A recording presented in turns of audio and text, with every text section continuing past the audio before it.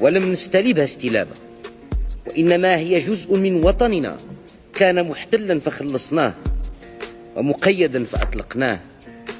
إننا نعد كل اعتداء يخل بأمن وطننا وسلامته افتياتا على حقوقنا وتحديا لسيادته، يستوجبان منا الصرامة التي لا مجال معها للمهاودة والموادعة. وإذا كنا أمة مهادنة مسالمة كارهة للحرب وما تحمله الحرب في طياتها من فجائع وزرزايا، فإننا غير مستعدين لأداء ثمن حرصنا على السلم واستنكافنا مما يترتب عن المواجهة العنيفة من شنيع الآثار بالتنازل عن حق من حقوقنا والتغاضي عن امتهان حرمة من حرماتنا. ولم نستلبها استلابا، وإنما هي جزء من وطننا كان محتلا فخلصناه ومقيدا فأطلقناه.